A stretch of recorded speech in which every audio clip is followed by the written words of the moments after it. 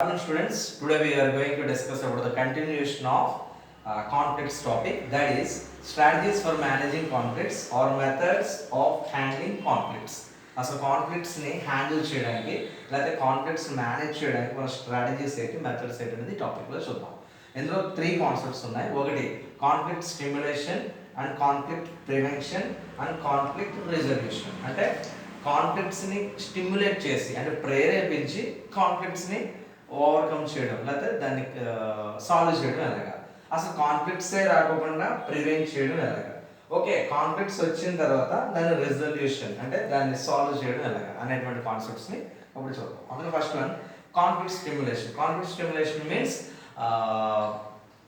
సంఘర్షణ ఉద్దీపన అంటారు తెలుగు. అంటే ఈ సంఘర్షణ లేదా మనస్పర్ధ లేదా భేదాభిప్రాయాన్ని మనమే కావాలని ప్రేరేపించడం. దాంట్లో ఫస్ట్ పాయింట్ ఏంటంటే reorganizing in the sense the organization should be restructure the organization previous model or previous system. అంటే ప్రీవియస్ ఏ సిస్టమ్ అయితే ఫాలో అవుతుందో ఆ సిస్టమ్ మొత్తాన్ని రీఆర్గనైజ్ చేయాలి. అంటే వేరే సిస్టంలోకి దాన్ని మనం క్రియేట్ చేయగలిగితే అప్పుడు మారినటువంటి సిస్టమ్ తగ్గట్టు ఎంప్లాయీస్ అందరూ కూడా they have to readjust themselves regarding the changed organisation structure. అది. And next one is communication. Sometimes managers intentionally they can send some manipulated messages and they can create some rumors also and send those rumors in informal groups. అంటే managers కొన్ని rumours company గురించి create చేసి informal groups లో పంపిస్తారు. దాన్ని బట్టి ఏమవుతుంది, కొన్ని రకాల రూమర్స్ కి ఎంప్లాయీస్ అందరూ స్ప్రెడ్ అవుతారు, కాన్ఫ్లిక్ట్స్ క్రియేట్ అవుతాయి. మళ్ళీ ఆ కాన్ఫ్లిక్ట్స్ మేనేజ్మెంటే సాల్వ్ చేస్తూ ఉంటుంది. ఎందుకంటే మీరు ఆల్రెడీ ఇలా కాన్ఫ్లిక్ట్స్కి వచ్చారు, మేము ఇలా సాల్వ్ చేస్తాం అని చెప్పి ఆ కాన్ఫ్లిక్టింగ్ గ్రూపులన్నింటినీ కూడా తీసుకొచ్చి వాళ్ళ యొక్క కాన్ఫ్లిక్ట్స్ని క్రియేట్ చేసి వాళ్ళ యొక్క గందరగోళాన్ని క్రియేట్ చేసి మళ్ళీ వాళ్ళని సాల్వ్ చేసి మేనేజ్మెంట్ హైలైట్ అవ్వడం. ఇలా ఎందుకు అంటే అప్పుడు వాళ్ళందరి మధ్యన ఒక కోఆర్డినేషన్ అనేటువంటిది వస్తుంది. ఎప్పుడైతే మేనేజ్మెంట్ ఇలా చేయలేదు అనుకోండి, అసలు ఈ స్టిమ్యులేటింగ్ కాన్ఫ్లిక్ట్ అనే కాన్సెప్టే ఎందుకంటే whenever the employees are lethargy or in the conformity, అంటే ఎంప్లాయీస్ ఎప్పుడైతే ఆర్గనైజేషన్ బద్ధకంగా పనిచేస్తున్నారో, ఎటువంటి ఇంటెన్సిటీ లేకుండా వాళ్ళు పనిచేస్తున్నారో అలాంటి ఆర్గనైజేషన్లో కాన్ఫ్లిక్ట్స్ని మేనేజ్ చేయడానికే ఈ కాన్ఫ్లిక్ట్ స్టిమ్యులేషన్ అనేది వాడుతుంటాం. And next one is encourage competition. Yes, you have to encourage the competition among the all the employees and between the department to department. Why? Because you are paying some rewards and bonuses and incentives each and everything. By that each and every group will struggle to give a odd out performance. So అంత కష్టపడి పనిచేస్తున్నటువంటి group మీద ఒకవేళ ఎవరైనా conflict create చేయాలనుకోండి, వాడు చాలా కన్స్ట్రక్టివ్గా conflict create చేస్తేనే management దానికి అడ్రస్ చేస్తారు తప్ప ఉత్తినే వాడు తప్పు చేస్తున్నాడు వీడు తప్పు చేస్తున్నాడు అని చెప్పేటువంటి భేదాభిప్రాయం చెప్పిన బిందు. సో అందుకని కాంపిటీషన్ ఎంకరేజ్ చేస్తే ప్రతి గ్రూప్ దాని పని మీద అవుట్ స్టాండింగ్ పర్ఫార్మెన్స్ ఇవ్వడానికి ట్రై చేస్తే ఎవరికి కూడా కాన్ఫ్లిక్ట్ క్రియేట్ చేయడానికి ఖాళీ ఉండదు. And next one is bringing in outsiders. ఎప్పుడైతే ఆర్గనైజేషన్ ఒక బద్ధకంతో ఒక పర్టికులర్ మోసంలో వెళ్తున్నారో అలాంటి ఎంప్లాయీస్ మధ్యలోకి ఒక అవుట్ సైడ్ ఎంప్లాయర్ని, అవుట్ స్టాండింగ్ పర్ఫార్మెన్స్ ఉన్న ఎంప్లాయర్ని కనుక మనం బాస్ కింద కానీ మేనేజర్ కింద కానీ తీసుకొస్తే సుపీరియర్ కింద ఆ పర్సన్ యొక్క యాటిట్యూడ్స్, స్కిల్స్, అతనికి ఉన్న టాలెంట్ ఇవన్నీ కూడా ఎగ్జిస్టింగ్ ఎంప్లాయీస్కి మధ్యన ఒక రకమైనటువంటి భేదాభిప్రాయం క్రియేట్ చేయడంతో దానివల్ల ఒక మ్యూచువల్ అండర్స్టాండింగ్ రావడం, లేకపోతే ఇన్నోవేటివ్ ఐడియాస్ రావడం, ఇన్నోవేటివ్ నాలెడ్జ్ రావడం, వీళ్ళ నుంచి ఒక బద్దగస్తుల్లో నుంచి ఒక మంచి క్వాలిటీ నాలెడ్జ్ని అతను తీసుకురావడం, లేదా అతని యొక్క సిస్టమ్ని వీళ్ళందరూ ఫాలో అవడం యొక్క కాన్సెప్ట్ జరుగుతుంది. కాబట్టి ఈ కాన్ఫ్లిక్ట్ చేయడం అనేటువంటి మైండ్ సెట్ని ఎగ్జిస్టింగ్ ఎంప్లాయీస్ నుంచి తీసేయచ్చు కొత్తగా వచ్చినటువంటి employees. So that is conflict stimulation. ఇవన్నీ ఏంటంటే మనమే క్రియేట్ చేసి కాన్ఫ్లిక్ట్స్ని మనమే సాల్వ్ చేయడం. ఎందుకు అంటే ఎక్కడైతే ఎంప్లాయీస్ లేజీగా ఉంటారో. ఇకపోతే కాన్ఫ్లిక్ట్ ప్రివెన్షన్. కాన్ఫ్లిక్ట్ ప్రివెన్షన్ అంటే ఏంటంటే before going to we are already assumed or we are calculated, we are estimated to be a conflict may be happen among all the departments or among the members.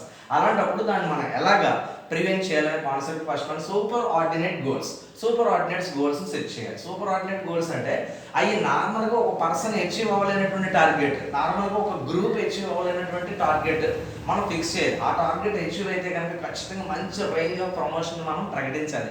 అప్పుడు ఏమవుతుంది, ఈ department అంటే ఆ డిపార్ట్మెంట్కి, ఈ person అంటే ఆ పర్సన్కి పడదు. ఒక్కడే పోనీ ఆ టార్గెట్ని అచీవ్ అవ్వాలంటే అచీవ్ చేయరు. అప్పుడు ఏం చేయాలి, వచ్చినట్టు ఇద్దరు శత్రువులు కూడా కలిసి పనిచేస్తారు. అలా పనిచేయడం వల్ల మనకి ఏమవుతుంది, ఫ్యూచర్లో వీళ్ళ వల్ల ఎలాంటి కాన్ఫ్లిక్ట్స్ అనేటువంటిది మనకు క్రియేట్ అవ్వదు. సో ఎందుకంటే వాళ్ళిద్దరూ కలిసి పనిచేస్తేనే, ఇద్దరు కలిసి రిసోర్సెస్ ఉపయోగించుకుంటేనే they can achieve the target. That is superordinates goals will prevent the conflicts. The next one is reducing interdependence. Most ఆర్గనైజేషన్లో మోస్ట్ కాన్సెప్ట్ మనకి చాలా రెగ్యులర్గా వచ్చేటువంటి ప్రాబ్లం ఎక్కడ వస్తుందంటే ఇంటర్డిపెండెన్స్. ఒక డిపార్ట్మెంట్ ఇంకో డిపార్ట్మెంట్, ఒక పర్సన్ ఇంకో పర్సన్తో ఎక్కువగా ఇంటర్డిపెండెన్స్ అనేటువంటిది రావడంలో అక్కడ మ్యూచువల్ రిసోర్సెస్ని ఉపయోగించుకోవాలనే పరిస్థితి రావడం వలన వాళ్ళిద్దరి మధ్యనటువంటి బేసిక్గా వచ్చే నార్మల్గా మన కాన్ఫ్లిక్ట్స్ ఏర్పడతాయి. సో ఇలాంటి వాళ్ళకి ఏం చేయాలి, ఇండిపెండెంట్ రిసోర్సెస్ని, ఇండిపెండెంట్ గోల్స్ని, డైవర్జెంట్ ఆబ్జెక్టివ్స్ని మనం క్రియేట్ చేయగలిగితే అసలు మొత్తం ఒకరి మీద ఒకరు ఆధారపడే ఇంటర్డిపెండెన్స్ కనుక మనం తీసేస్తే automatically there is no conflicts between the departments. And exchange of personnel. ఎక్కువగా బ్యాంక్స్లో మనం ఈ ఎక్స్చేంజ్ ఆఫ్ పర్సనల్ అనే కాన్సెప్ట్ మనం చూస్తాం. అంటే రొటేషన్ ఆఫ్ ఎంప్లాయీస్. ఏ వ్యక్తి కూడా ఒకే పొజిషన్లో ఎక్కువ సంవత్సరాలు ఉండిపోతే అతను అక్కడ మ్యానిపులేట్ చేయడానికి అవకాశం ఉంటుంది, అతను అక్కడ కాన్ఫ్లిక్ట్స్ క్రియేట్ చేయడానికి అవకాశం ఉంటుంది. కాబట్టి మనం రొటేషన్ చేయాలి. ఈరోజు బ్యాంకర్ కింద ఒక ఆయన మనసు మళ్ళీ 6 నెలలకు వెళ్తే మనకి టెల్లర్ మారిపోతాడు, లేకపోతే బ్యాంకర్ మారిపోతాడు, అంటే డ్రాఫ్టింగ్ డీడీస్ ఇచ్చేటువంటి పర్సన్ మారుస్తారు. ఎందుకంటే బ్యాంకులో ఆ రొటేషన్ సిస్టమ్ కంటిన్యూ ఫాలో అవుతుంటారు. ఇదే కాన్సెప్ట్ కూడా మన ప్రైవేట్ ఆర్గనైజేషన్స్లో కనుక మనం ఖచ్చితంగా ఫాలో అయితే ఆటోమేటికలీ వీ కెన్ ఒక మల్టిపుల్ వర్కర్స్ మనకి తయారవుతారు, మల్టిపుల్ కాన్సెప్ట్ ప్రిపేర్ అవుతుంది. ఎవరి మటుకు కలిగే రెస్పాన్సిబిలిటీ, అకౌంటబిలిటీ ఉంటుంది while leaving that particular position. So there is no chance to create any conflicts. అసలు ఎవరికి ఖాళీ ఉండదు కాన్ఫ్లిక్ట్స్ క్రియేట్ చేయడానికి. And next one is liaisoning group. Liaisoning group అంటే ఏంటంటే ఒక లైజనింగ్ ఆఫీసర్ మనం క్రియేట్ చేస్తాం. Nothing but is a intermediator between the 2 parties అన్నమాట. అసలు ఇతను ఎందుకు క్రియేట్ చేస్తాం అంటే ఎప్పుడైతే ఇద్దరు వ్యక్తుల మధ్య కాన్ఫ్లిక్ట్ వస్తుందని అర్థమవుతుందో ఒక వ్యక్తిని మనం క్రియేట్ చేసి వాళ్ళిద్దరిని పిలిచి వాళ్ళిద్దరితో మాట్లాడి వాళ్ళిద్దరి మధ్యన ఒక మ్యూచువల్ అండర్స్టాండింగ్ క్రియేట్ చేయడానికి ట్రై చేయాలి. ఒకవేళ ఇన్ కేస్ అది కనుక కుదరక మ్యాక్సిమం అలా క్రియేట్ చేయడానికి అపాయింట్ చేసిన పర్సన్ మనం లైజనింగ్ ఆఫీసర్స్ లైజనింగ్ గ్రూప్ అంటాం. Next appeal to higher authority. Okay, ఇప్పుడు ఆయన పొజిషన్లో కూడా కాన్ఫ్లిక్ట్ సాల్వ్ అవ్వలేదు అనుకోండి, అప్పుడు he has to appeal towards the following higher authority. First of all he has to try to give a compromised solution between the both conflicting parties. ఇది conflict prevention. ఇకపోతే conflict already వచ్చేసింది, ఇద్దరు వ్యక్తులు కొట్టుకుంటున్నారు, లేకపోతే ఇబ్బంది పడుతున్నారు, లేకపోతే తీవ్రమైనటువంటి వాదోపవాదాలతో ఉన్నారు. అలాంటి వ్యక్తులను మనం రిజల్యూషన్ చేయడం ఎలా? First one problem solving. Both the parties కాలబంధం వాళ్ళ యొక్క వాదాన్ని వీళ్ళ యొక్క వాదాన్ని వినిపించి ఎక్కడైతే వాళ్ళ యొక్క మ్యాక్సిమం ప్రాబ్లమ్ సాల్వ్ ఈ ఫస్ట్ బేసిక్గా కాన్ఫ్లిక్ట్ రెజల్యూషన్ మనం చేయడానికి ఏంటంటే మిస్అండర్స్టాండింగ్ వల్ల ఎక్కువగా కాన్ఫ్లిక్ట్స్ అనేటువంటి క్రియేట్ అవుతాయి. కాబట్టి ఎక్కడ ఎవరు ఎలా మిస్అండర్స్టాండ్ చేసుకున్నారో చాలా క్లియర్గా ఈ మేనేజర్ వినడం ద్వారా ప్రాబ్లమ్ సాల్వ్ చేయొచ్చు. అండ్ నెక్స్ట్ వన్ స్మూతింగ్ అంటే ఇక్కడ ఏంటంటే అకామిడేషన్. ఒకరికి ఎక్కువ రిసోర్సెస్ ఇవ్వడం, ఒకరికి తక్కువ రిసోర్సెస్ ఇవ్వడం, ఒకరికి ఎక్కువ రివార్డ్స్ ఇవ్వడం, ఒకరికి తక్కువ రివార్డ్స్ ఇవ్వడం వలన నాకు ఎక్కువ నాకు తక్కువ అనే కాన్సెప్ట్లో ఎంప్లాయీస్ ఎక్కువగా అకామిడేషన్ విషయంలో ఎక్కువగా ఇబ్బంది పడుతుంటారు. సో ఇలాంటి వాళ్ళకి మనం ఏం చేయొచ్చు అంటే ఈక్వల్ రిసోర్సెస్ని మనం పంచడం ద్వారా, అకామిడేట్ చేయడం ద్వారా మనం వాళ్ళ కాన్ఫ్లిక్ట్స్ మనం రిజాల్వ్ చేయొచ్చు. And next one is compromise.